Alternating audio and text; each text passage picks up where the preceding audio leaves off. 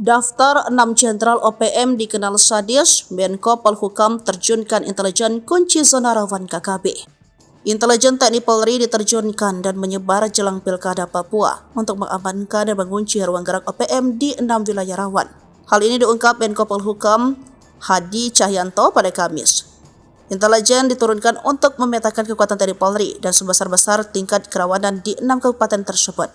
Selain itu, alutsista TNI Polri pun menjadi pertimbangan penting sebab wilayah Papua yang terdiri pegunungan dan cuaca ekstrim perlu heli dan pesawat kecil untuk mengantarkan logistik.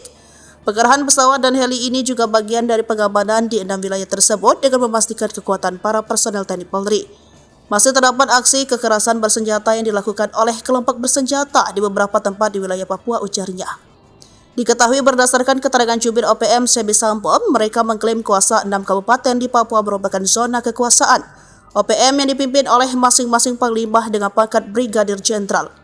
Mereka pun kerap beraksi di 6 wilayah ini, membuat teror dan menembak warga sipil, membakar lembaga pendidikan dan merusak fasilitas umum dan eksavator untuk membangun jalan.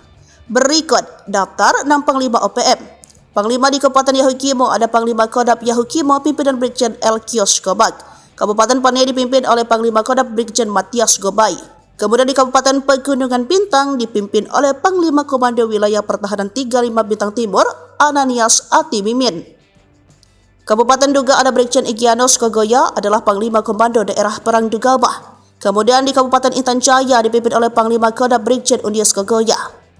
Lalu Kabupaten Maibart dipimpin Panglima Kodam Leto Manfred Fatem di bawah kendali Panglima Sorong Raya Brigjen Denny Mos.